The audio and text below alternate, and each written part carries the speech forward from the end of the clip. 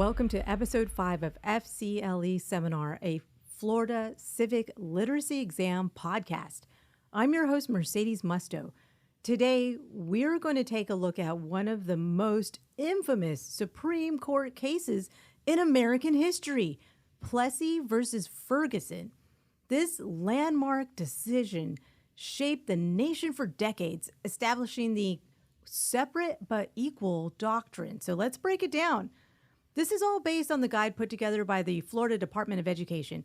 Hey, I've got the links to that stuff in the show notes, so check those out. And don't forget to comment, like, and subscribe to our podcast at FCLE Seminar on YouTube. Got it? Good. Let's get started. Landmark Supreme Court case number 4, Plessy versus Ferguson. Okay, case background. Let's set the stage. It's 1896. This is 30 plus years after the end of the Civil War, and racial segregation is becoming super extreme in the South. Then, get this, Louisiana passes the Separate Car Act, meaning that black and white passengers are required to sit in separate railway cars.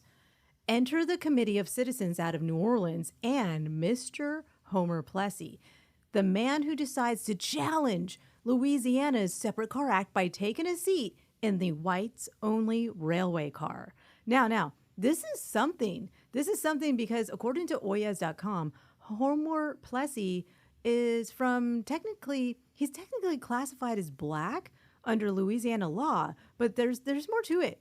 According to the official court transcript, Homer Plessy's race is not discernible. What? What does that mean?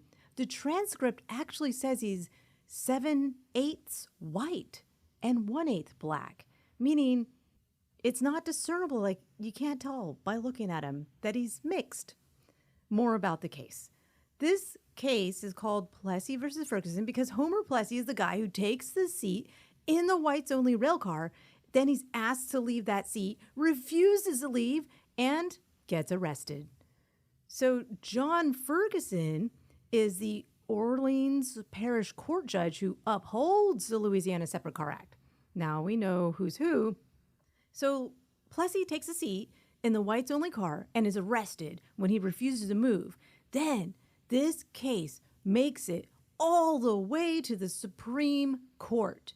The question you should be asking yourself is, what's the constitutional principle here?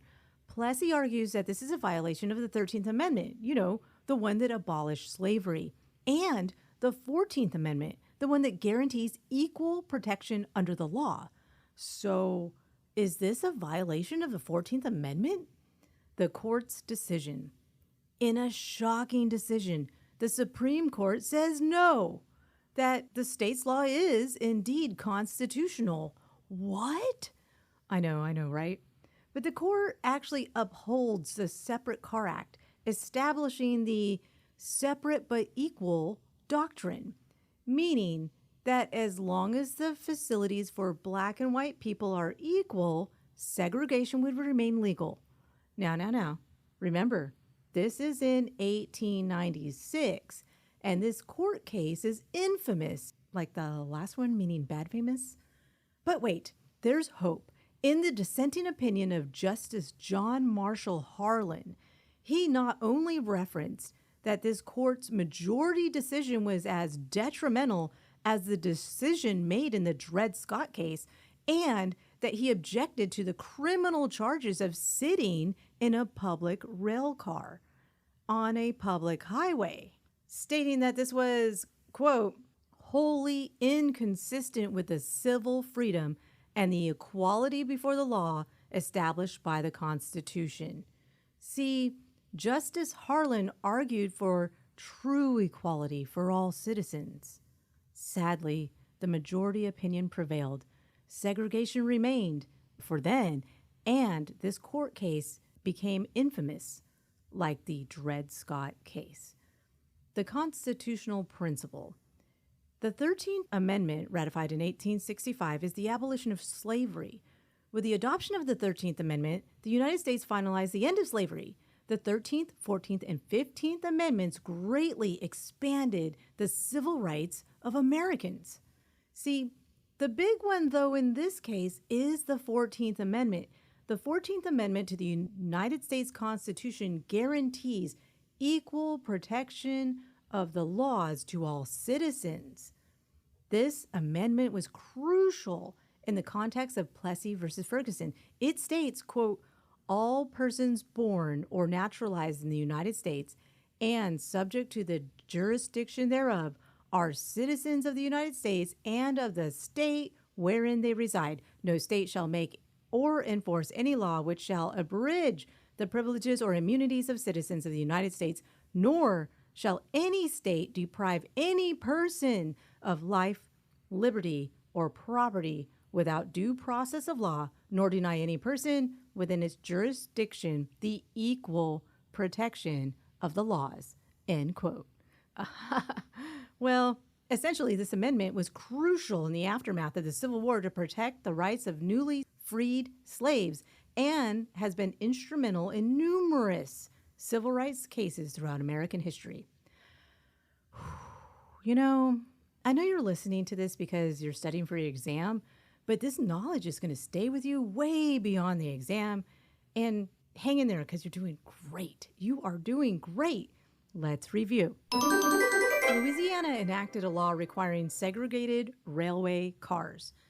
Then Homer Plessy challenged this law by intentionally sitting in the whites-only rail car, leading to his arrest, and then the case went to the Supreme Court. The Supreme Court ruled in favor of Louisiana, upholding the state's right to enforce racial segregation. This decision established the separate but equal doctrine, which allowed for racially segregated facilities as long as they were deemed equal. However, Justice Harlan, in his dissent, argued that the Constitution should be colorblind and that the segregation violated the Equal Protection Clause of the 14th Amendment. Pop quiz.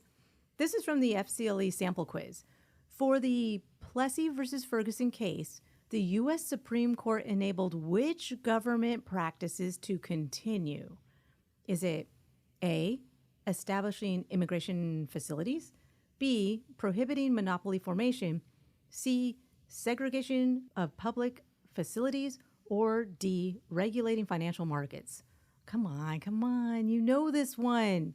If you answered C, you are correct. Selfie high five. The Supreme Court's decision in Plessy versus Ferguson enabled the practice of segregation in public facilities.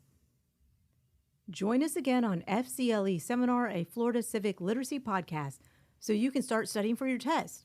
The important thing is to start studying today. Well, wait, what are you waiting for? Like, subscribe, or leave your questions or comments for us at FCLE Seminar on YouTube, or hit me up on Spotify or Apple or wherever you get your favorite podcasts. This podcast is listener supported.